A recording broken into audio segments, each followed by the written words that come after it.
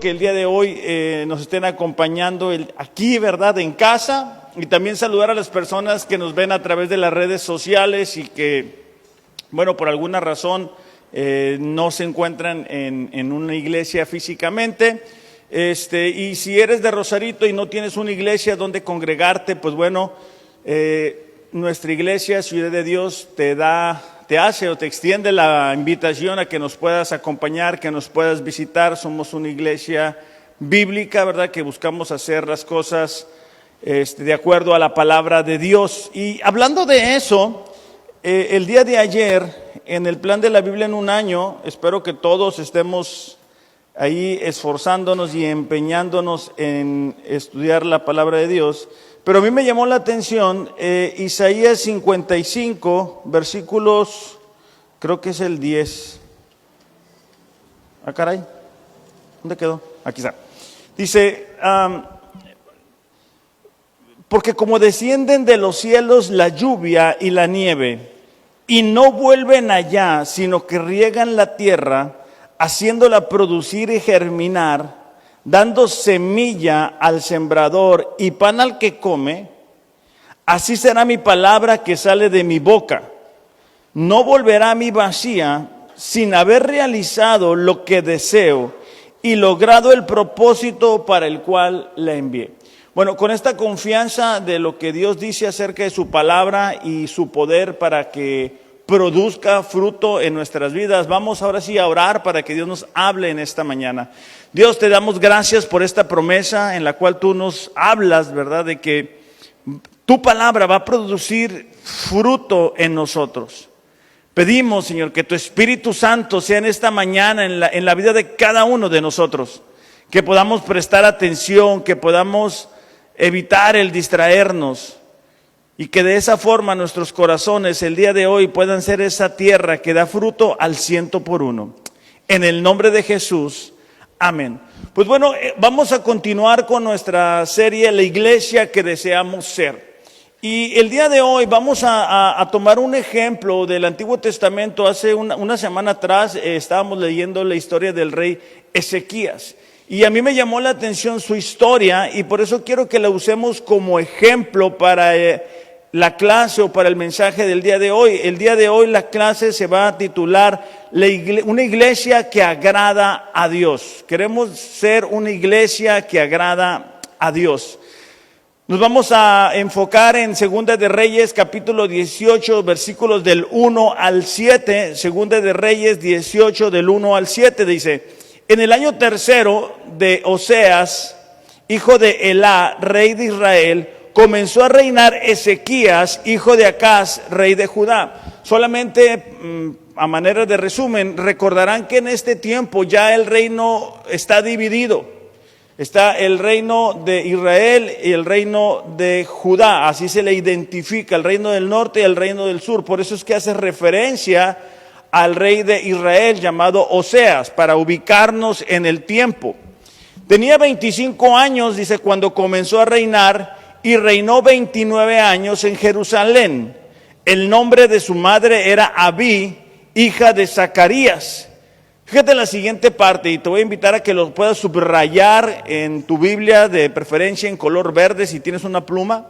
Dice: Ezequías hizo lo que era agradable a los ojos de Dios, igual que su antepasado David.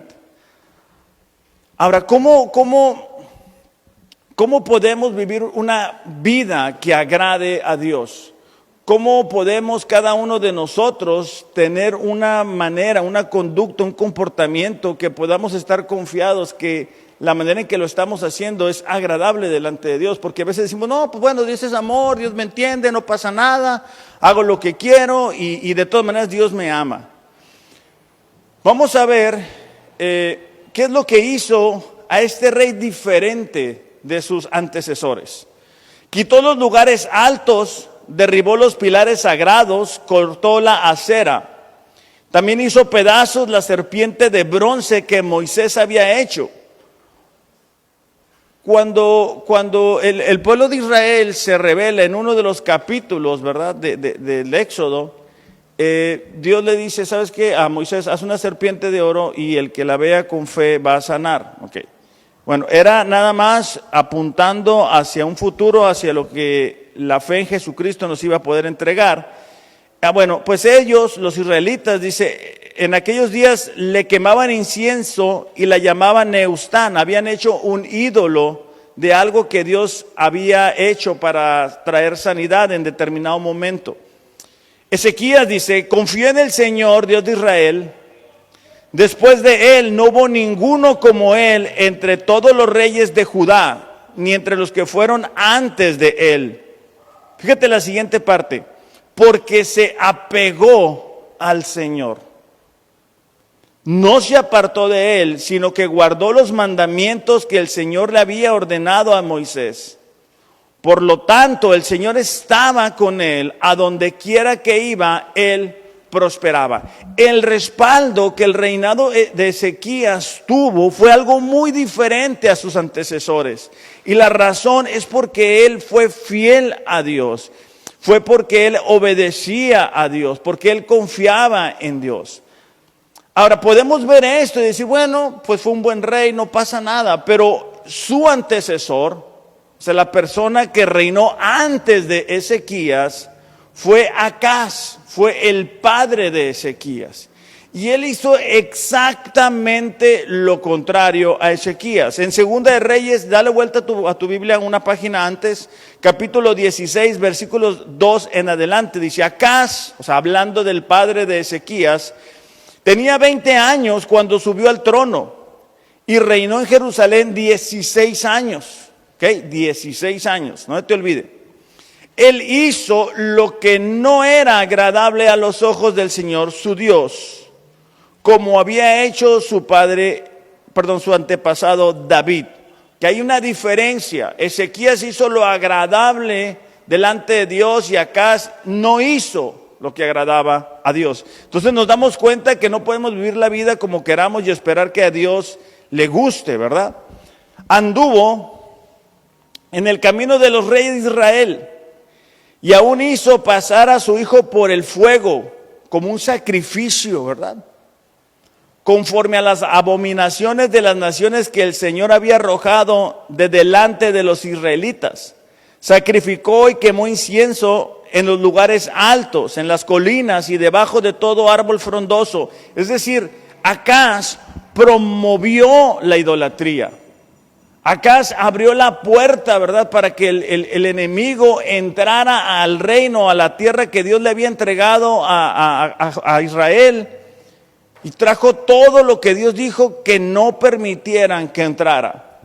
Acaz tomó la plata y el oro que se hallaba en la casa del Señor y en los tesoros del rey y envió un presente al rey de Asiria. Ahorita vamos a ver por qué esto es importante. Solamente les quiero adelantar lo que sigue. En aquel tiempo había reinos que eran más poderosos que otros e iban conquistando naciones.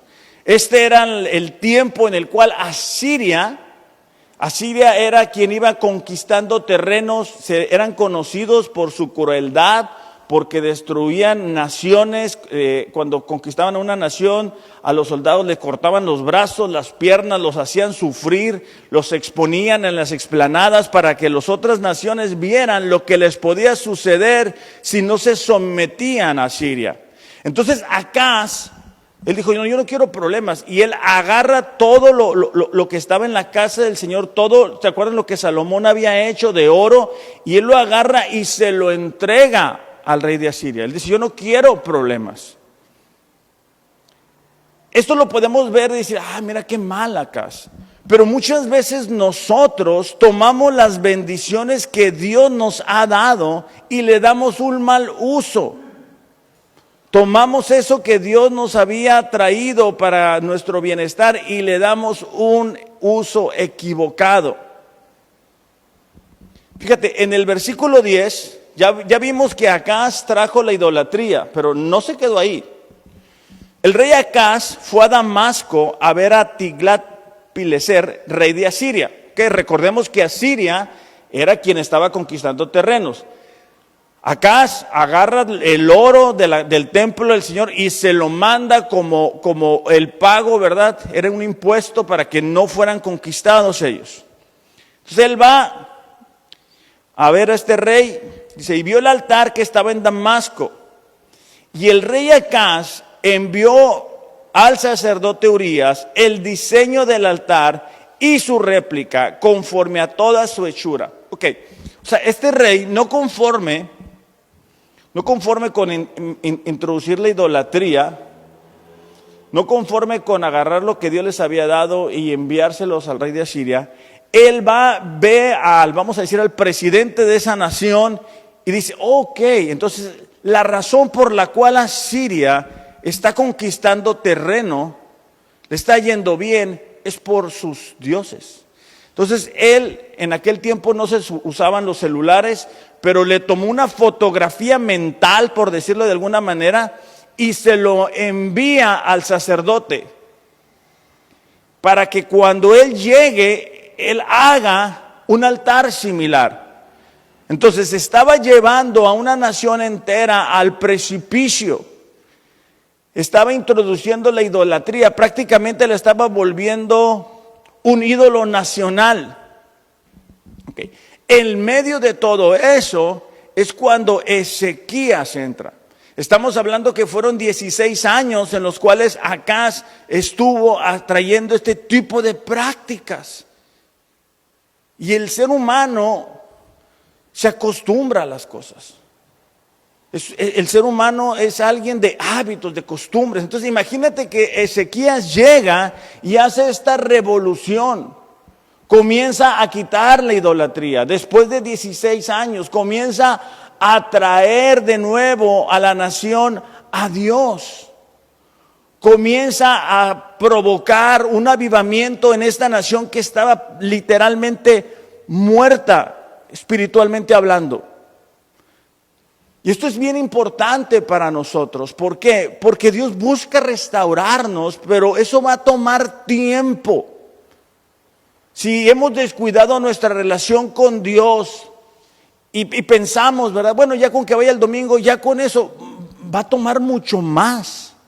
Va a tomar esfuerzo, va a tomar compromiso.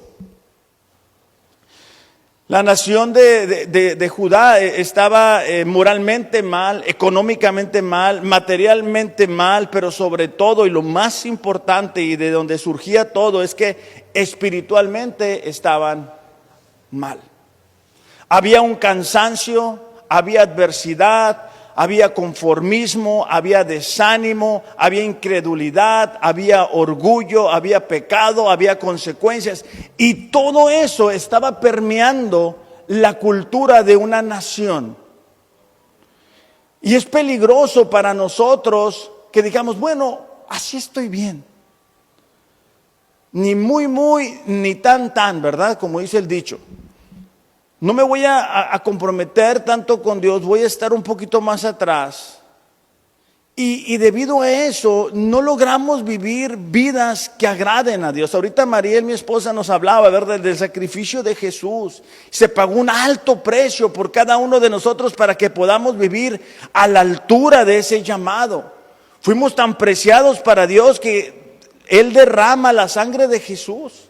Y conforme eso hace clic en nosotros, como eso hace conciencia dentro de nosotros, debemos aprender a vivir de una manera diferente.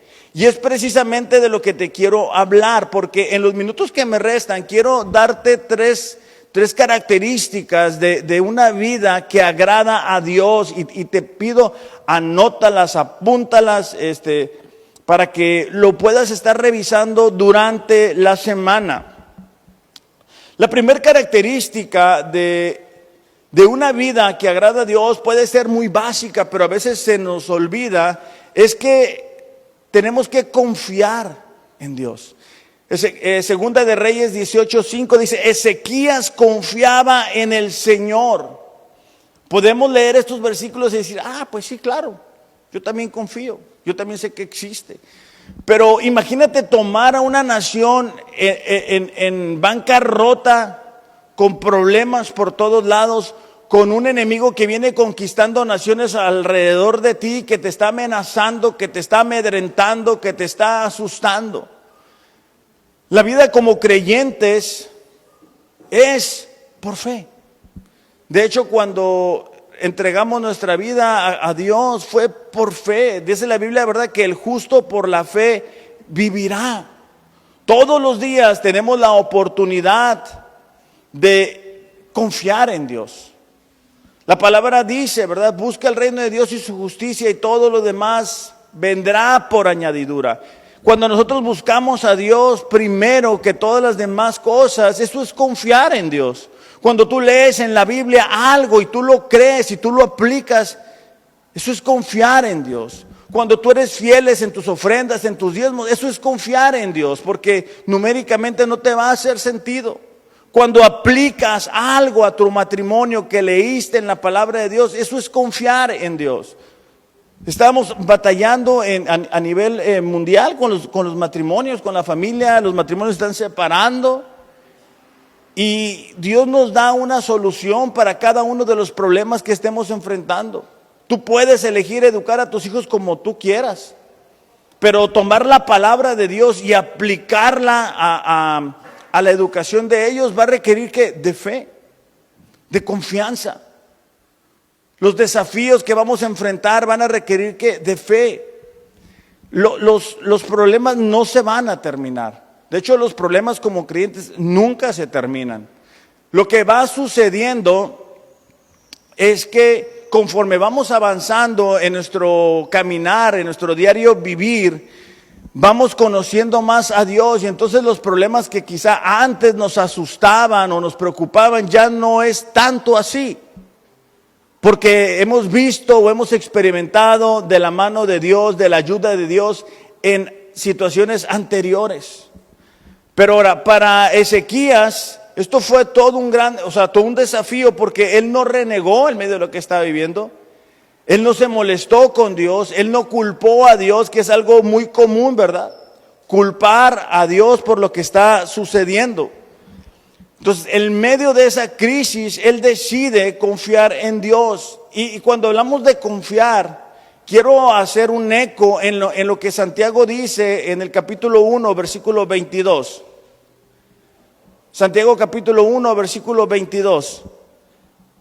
Dice, no solo escuchen la palabra de Dios, tienen que ponerla en práctica. De lo contrario, se engañan a sí mismos. Pero si escuchas la palabra de Dios, si escuchas la palabra de Dios, pero no la obedeces, sería como ver tu cara en un espejo. Te ves a ti mismo, luego te alejas y te olvidas de cómo eres. Si miras atentamente la ley perfecta que te hace libre y la pones en práctica y no olvidas lo que escuchaste, entonces Dios te bendecirá por tu obediencia. Cualquiera que sea el problema que estemos enfrentando, necesitamos conocer la palabra de Dios, pero sobre todo vivirla. Mientras estaba haciendo el mensaje, me recordé de un tiempo, yo tenía mucho miedo, estaba enfrentando una situación que me superaba por mucho y me daba mucho miedo, la verdad. Y yo hice de los salmos mi lectura diaria y me los memorizaba y me los memorizaba y me los memorizaba, y ahí estaba leyéndolos en voz alta. Poco a poco ese temor se fue yendo, pero yo tenía que creer que Dios era quien decía ser y que iba a actuar como decía que iba a hacerlo. En el caso de Ezequías fue lo mismo, porque imagínate que encuentras una nación destruida y todo el mundo te está queriendo decir cómo le puedas hacer para que las cosas cambien. Personas diciéndote, no, pues dale el dinero al rey de Asiria para que nos deje en paz. Hay que adorar a sus dioses. En nuestros tiempos no es diferente. Las plataformas te dan entretenimiento. Hay consejeros por todos lados. Ahora todo el mundo es influencer, todo el mundo es youtuber, todo el mundo da consejos. Todo el mundo te puede dar la solución. Y el que nosotros digamos, ¿sabes qué? Yo no le voy a hacer caso al mundo. Yo le voy a hacer caso a Dios. A lo mejor tu matrimonio está destruido. Y escuchas al compadre que lleva 3 matrimonios, al amigo que es un borracho, al compañero de trabajo que nunca se ha casado. Y ellos, ¿de dónde te van a ayudar? Entonces, Ezequías actuó de una manera muy diferente. Segunda de Crónicas, capítulo 29, versículo 5 dice, en el mes primero del primer año de su reinado, o sea, como dice el dicho, ¿verdad? Llegando y haciendo lumbre. No se esperó a más adelante, ya que salga de vacaciones, ya que esto, ya que me acomode. No. Él le dio la prioridad a Dios en su vida y en su reinado. Dice, Ezequías reabrió las puertas del templo del Señor y las reparó. Ahora, ¿por qué las reabrió? Pues fácil, porque su padre las cerró. Leímos que fueron 16 años de oscuridad espiritual. Entonces, él se da cuenta que el primer problema que la nación tiene es que el templo que Dios había diseñado para que se llevara ahí a cabo la adoración, se entregaran las ofrendas, se ofrecieran los sacrificios, estaba cerrado. No había comunicación entre la nación de Israel y Dios. Y muchas veces así estamos en nuestras vidas. No hay comunicación entre nosotros y Dios porque andamos corriendo, tenemos trabajo, tenemos cosas que hacer, andamos con los hijos, tenemos problemas, tenemos que hacer pagos y no hay comunicación. Las puertas están cerradas y nuestra comunión con Dios se resume a un Dios, ayúdame. Más adelante vamos a ver que la iglesia que deseamos ser es que una iglesia que ora y que adora. Pero por lo pronto quiero dejarte claro que Ezequías fue a lo básico, fue a lo práctico. Dijo, ¿sabes qué? El templo está cerrado, el templo está destruido, no hay comunicación entre nosotros y Dios. Versículo 4 dice, convocó a los sacerdotes y a los levitas a encontrarse con él en el atrio al oriente del templo y les dijo, escúchenme, purifíquense ustedes, purifiquen al templo del Señor, Dios de sus antepasados. Quiten del santuario todos los objetos contaminados. Fíjate la siguiente parte. Nuestros antepasados fueron infieles, haciendo lo malo a los ojos del Señor nuestro Dios. Abandonaron al Señor y el lugar donde Él habita y le dieron la espalda. Él estaba asumiendo la responsabilidad. Él estaba diciendo, estamos como estamos por nuestra culpa, por nuestro pecado, porque no hemos sido obedientes, porque Dios no es lo más importante para nosotros. También cerraron las puertas de la antesala del templo, apagaron las lámparas, dejaron de quemar incienso, de presentar ofrendas quemadas. Por eso el enojo del Señor ha caído sobre Judá. Estoy en el versículo 8. Él, dice, los hizo objeto de espanto, de horror y de ridículo, como ustedes pueden ver con sus propios ojos.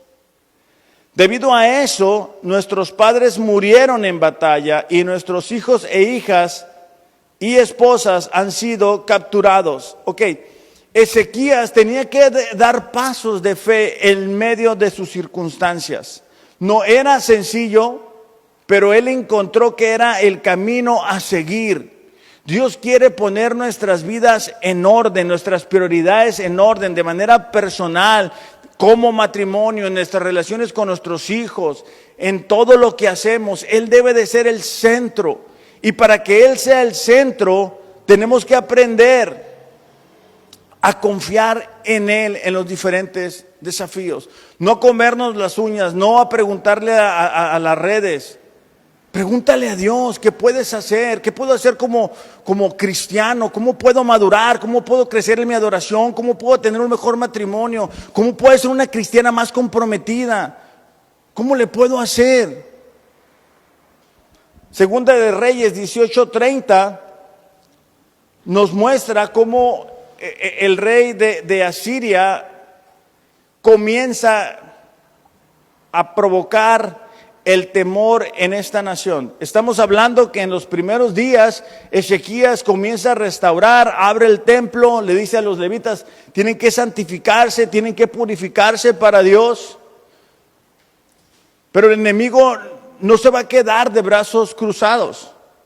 Fíjate el mensaje que envía el rey de Asiria. Dice, no permite, estoy en 2 de Reyes capítulo 18, versículo 30. No permitan, dice, que los haga confiar en el Señor diciéndoles, está hablándoles a la nación. Con toda seguridad el Señor los librará. Esta ciudad, dice, nunca caerá en manos del rey asirio. El rey de Asiria estaba diciendo, no dejen que Ezequías los engañe. Los vamos a conquistar, no pueden hacer nada.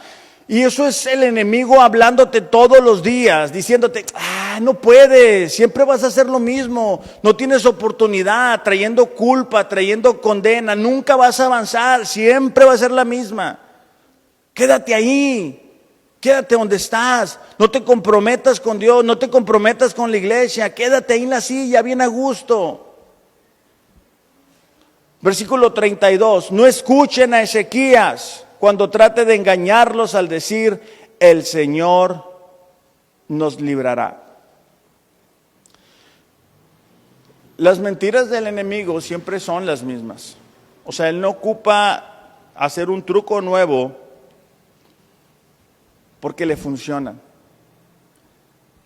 La única forma que él tiene para hacer que nosotros nos desviemos del camino de Dios son mentiras. De ahí la importancia de leer la palabra de Dios para poder distinguir, esto es verdad o esto no es verdad. No, es que yo siento esto. Eso no importa. A veces nos podemos sentir de cierta forma y eso no significa que seamos. Yo muchas veces me sentí como el Iron Man y nunca fui. Hay veces que me he sentido muy mal, que me he sentido incompetente, que me he sentido culpable. Pero eso no significa que esa sea la realidad. La respuesta de Ezequías ante semejante amenaza de una nación tan grande como Asiria es lo que muestra su nivel de confianza. En 2 de Reyes, capítulo 19, versículo 14, nos cuenta que Sennacherib, no conforme con mandar personas, después le manda una carta buscando intimidar a Ezequías. Ezequías tomó la carta y la leyó. Dice, luego fue al templo, estoy en 2 de Reyes, capítulo 19, versículo 14. Extendió la carta delante de Dios. Eso implica para nosotros que confiar en Él, confiar en Dios va a llevarnos a decir, Señor, aquí está esta situación. ¿Qué quieres que haga? ¿Cómo lo podemos resolver? Porque yo me siento así, porque yo me siento culpable, yo siento que no vale la pena, que me esfuerzo y de nada sirve. Yo siento que no estoy avanzando. El problema es que muchas veces permitimos que el enemigo siga enviándonos pensamientos y más pensamientos y más pensamientos. Versículo 15, y oró diciendo, Dios de Israel, tú tienes tu trono sobre los querubines, tú eres el único Dios de todos los reinos en la tierra, tú eres el creador del cielo y de la tierra. Préstanos atención. Básicamente le estaba diciendo, Dios, ayúdanos. ¿Cuándo fue la última vez que tú oraste así? O sea, ¿cuándo fue la última vez que tú dijiste, Señor, no sé qué hacer con esto? Necesito que me ayudes. Préstanos atención, dice, mira lo que está sucediendo. Gracias. Ahora, oh Señor Dios nuestro, rescátanos de su poder. Así, dice, todos los reinos de la tierra sabrán que solo tú eres Dios. Ezequías estaba diciendo, Señor, el enemigo nos supera, el enemigo es más fuerte. El enemigo ha conquistado otras naciones. El enemigo me está amenazando. Pero yo sé quién eres tú, Dios. Yo sé lo que tú puedes hacer. Entonces, en medio de lo que estemos enfrentando, no demos lugar al diablo y a las mentiras. Si estamos batallando una vez más como matrimonio, bueno, vamos a orar juntos. Si estoy batallando con ciertas situaciones, no me alcanza el tiempo, voy a orar a Dios. Eso es confiar en Él. Eso es darle el primer lugar. Buscar primeramente lo que Él tiene que decir. Salmos 37:5 dice: entrega al Señor todo lo que haces. Confía en Él y Él te ayudará. Ahora, ¿qué pasó en medio de esta situación? Segunda de Reyes 19:35. Esa noche el ángel del Señor fue al campamento asirio y mató a 185,000 soldados. Cuando los asirios que sobrevivieron se despertaron a la mañana siguiente, encontraron cadáveres por todas partes. Sennacherib, rey de Asiria, salió y regresó a su tierra y habitó en Nínive. Aquí no dice, pero sus propios hijos lo mataron. Esto es importante porque esa situación que para Ezequías y la nación de Israel era abrumadora,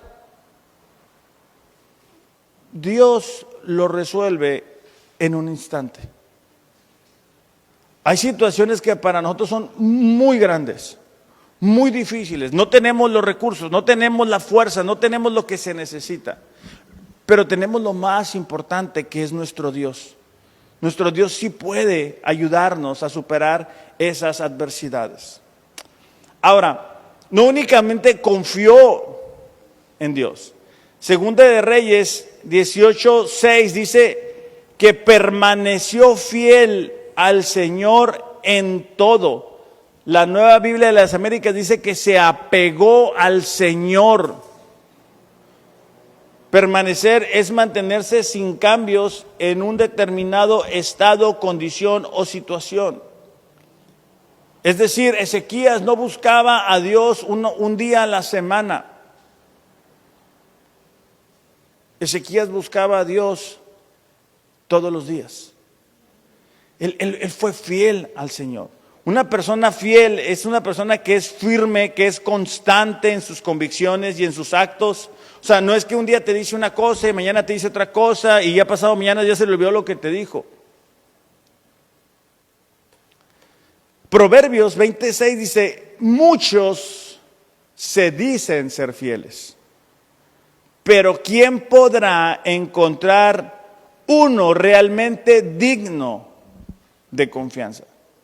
Muchas personas dicen que son fieles a Dios. En Segunda de Crónicas, capítulo 29, versículo 10, fíjate lo que hace Ezequías cuando está en medio de toda esa limpieza del templo, acomodando todas las cosas. Segunda de Crónicas 29, versículo 10. He decidido, dice, en mi corazón hacer un pacto con el Señor, Dios de Israel, para que el ardor de su ira se aparte de nosotros. Ezequías dijo: ¿sabes qué? Yo he decidido comprometerme con Dios. Cuando las circunstancias eran adversas, cuando la nación estaba en bancarrota, cuando había problemas económicos, cuando el enemigo estaba tocando las puertas, cuando le llegaban noticias de todos los días, ¿verdad? De todos los frentes. ¿Sabes qué? Asiria sigue avanzando, Asiria sigue conquistando más terrenos, cuando recibe cartas de intimidación. La fidelidad es una virtud que como creyentes necesitamos desarrollar todos los días. De hecho, Santiago dice: el hombre de doble ánimo e inconstante en sus caminos no conseguirá nada. Debemos aprender a ser fieles en el proceso. Ahorita Mariel comentaba, ¿verdad? Podemos ver el avance que tienen aquellas personas que vienen los martes, que vienen los miércoles, que se exponen, que están leyendo la Biblia en un año, que van y rinden cuentas, que dicen: hey, pastor, estoy aquí, estoy acá, estoy avanzando, estoy batallando con esto. Esa es la iglesia que deseamos ser, una iglesia que busque agradar a Dios, Que cada uno de ustedes en su casa, en su matrimonio, en su trabajo, en todo lo que ustedes hacen, busquen agradar a Dios. Que sean fieles. Yo lo he dicho en otras ocasiones, yo no soy el Espíritu Santo. Yo no puedo abrirles la Biblia y hacerlos que lo hagan. Yo cumplo con mi responsabilidad de decirles, hey, vamos a leer la Biblia. Yo cumplo con decirles en el grupo de hombres, hey, ¿qué onda? Buenos días, Dios me habló de esta forma. Pero yo no puedo ir a donde ustedes están y decir, contesta el mensaje, despierta, ponle algo, pon ok, una manita.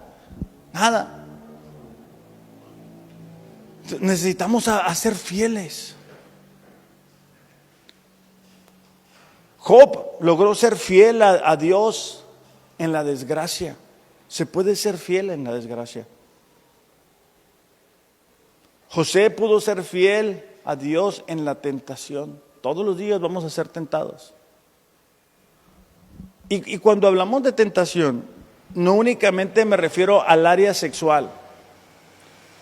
Porque a veces decimos, sí, el tentación, ¿verdad, José? Y no. El diablo te va a tentar. Te va a decir, no obedezcas a Dios. No des tus diezmos. No vayas a la iglesia. No rindas cuentas. No leas la Biblia. Eso es una tentación. Y cada uno de nosotros tiene áreas débiles. Las tentaciones de Ernesto no son mis tentaciones. Mis tentaciones no son las de Ariel. Por eso es importante pertenecer a la iglesia.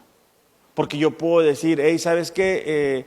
Martín, ayúdame a orar por esto. Estoy enfrentando esta situación. Oye, Eduardo, ayúdame con esto.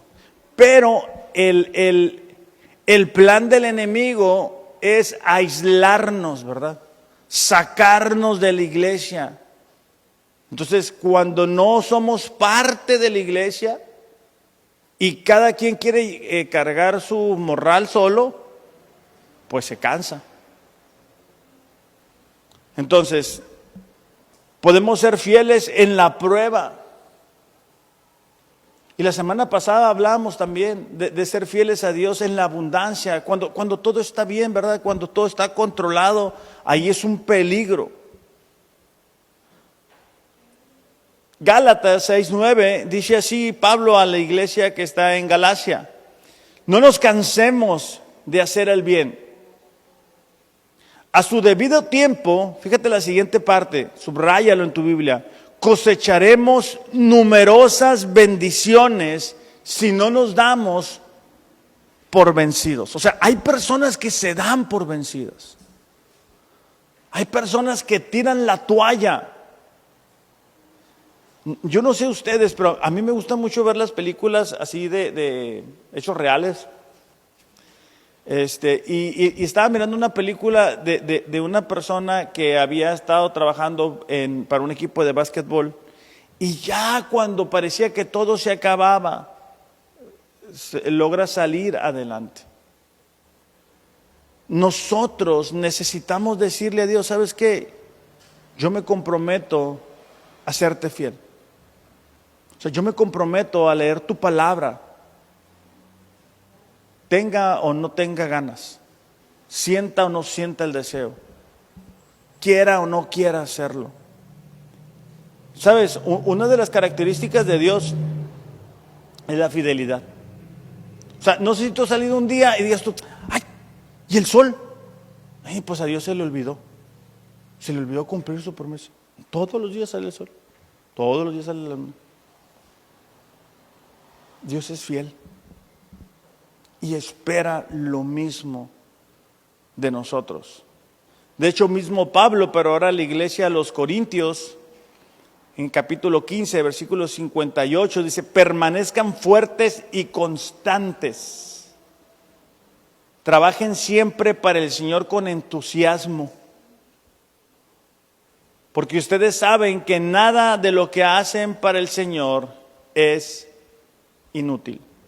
O sea, no hay algo que tú hagas para Dios que no vaya a dar fruto. De hecho, hace rato leíamos en Isaías 55, ¿verdad?, que la palabra de Dios va a dar su fruto. Entonces, cuando tú te tomas un tiempo y te acercas con alguien, hey, ¿sabes qué? Sé que estás batallando, sé que estás enfrentando esta situación. eso va a dar un fruto.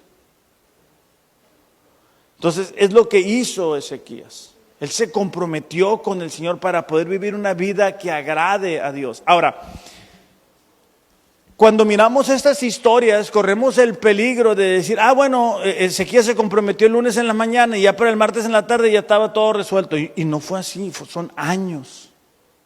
Porque 16 años su padre estuvo introduciendo la idolatría. Las personas estaban acostumbradas. Y es como, y aquí me quiero dirigir a los hombres.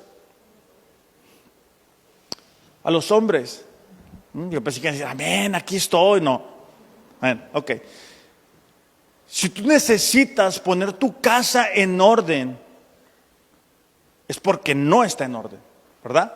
Sentido común. Y vas a encontrar cierta oposición. O sea, si tú como hombre empiezas a decirle a tu esposa, oye, ¿sabes qué? Vamos a orar todos los días. Antes de irme a trabajar, vamos a orar. Y no están acostumbrados a hacerlo. Tu esposa te va a decir, no, pues es que ando cansada, pues es que no me he despertado, es que ando haciendo el desayuno. Entonces tú vas a tener que decir, no, vamos a buscar a Dios. Si tú le dices a tu esposa, ¿sabes qué? A partir de hoy, los dos vamos a leer la Biblia en un año. Y vamos a platicar de eso, vamos a leer, vamos a comentar, oye, ¿qué onda? ¿Qué te habló Dios? ¿Qué te dijo Dios? Y obviamente no está sucediendo, pues va a requerir un esfuerzo extra. Si tú le dices a tu hijo o a tu hija, ¿sabes qué? Necesito que te comprometas con Dios. Bueno, va a requerir esfuerzo. Por eso es más cómodo no hacer nada. Por eso mucha gente no hace nada. Porque el cambiar los hábitos, el cambiar las costumbres, es difícil. Por eso Pablo a los Gálatas le dicen, ¿sabes qué? Si se siguen esforzando, si no se cansan, van a cosechar numerosas bendiciones. Hay un principio espiritual que es la siembra, la cosecha. Muy fácil. Pero si tú siembras X número de semillas y luego le paras y empiezas a cambiar la semilla y tú esperas cosechar grandes frutos, te vas a dar cuenta de que no es así. Por eso es importante la fidelidad. O sea, todos los días, aun cuando estemos cansados. De hecho, Habacuc, el profeta Habacuc dijo, aunque no den higos las higueras, ni den uvas las viñas, ni aceitunas los olivos, aunque no haya en nuestros campos nada que cosechar, aunque no tengamos vacas ni ovejas, siempre te alabaré con alegría, porque tú eres mi Salvador. Qué fácil se lee, ¿verdad? Dice, Dios mío, tú me das nuevas fuerzas, me das la rapidez de un venado y me pones en lugares altos. Eso es la fidelidad. Ese es el compromiso. Entonces, Ezequías confió en Dios en medio de los desafíos, fue fiel a Dios en el proceso. Y número 3 es obedecer. Segunda de Reyes 18:6, al finalizar dice, permaneció fiel al Señor y obedeció cuidadosamente todos los mandamientos. No algunos, no los que son fáciles, no los que me gustan, no, todos los mandamientos. De hecho, Ezequías se dio cuenta que el reino de Israel, acuérdense que estaban divididos, había sido llevado cautivo por su desobediencia. Segunda de Reyes 18:11, una página antes, dice, en ese tiempo el rey de Asiria desterró a los israelitas a Siria, es decir, el reino del norte, pues ellos se negaron a escuchar al Señor su Dios y a obedecerlo. En cambio, violaron su pacto, es decir, todas las leyes de Moisés. Entonces, Ezequías se da cuenta que el reino del norte ha sido llevado cautivo, ha sido conquistado, porque eran desobedientes a la palabra de Dios. Nosotros hemos visto a personas creyentes, pastores, que fueron desobedientes a Dios y hemos visto las consecuencias de sus actos. No debemos de permitir que eso nos suceda. Ezequías fue un hombre que se animó a obedecer. Él no tenía un padre que le dijera, mira, es por aquí, hijo. Porque acuérdense que el papá ya había fallecido y el papá lo que le enseñó lo contrario a la palabra de Dios. Ezequías, dice el versículo 4 del capítulo 18, que quitó los santuarios, que reabrió las puertas. ¿Cuáles son los ídolos que tú y yo necesitamos identificar de nuestro corazón y eliminarlos? ¿Cuáles son esas cosas, esas actividades que nos llevan a traerle a Dios lo que nos sobra, lo que ya no queremos? Muchas veces estamos acostumbrados a eso. Fíjate que yo me estaba acordando, hubo un tiempo que yo pues me encargaba, estaba en una iglesia y me tocaba que me entregaran los diezmos, ¿no?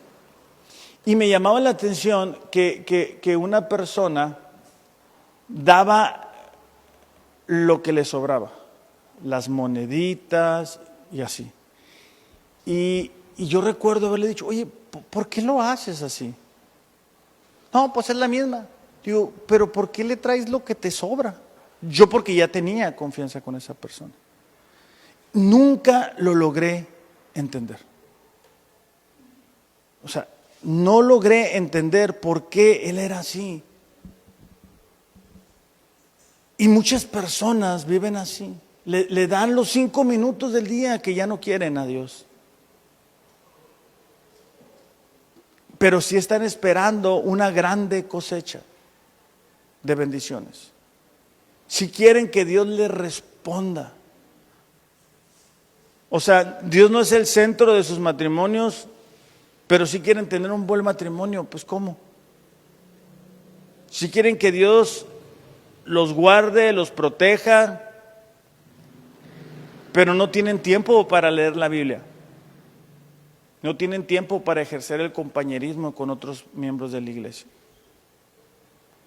Entonces, la obediencia es como una cerca alrededor de nuestras vidas.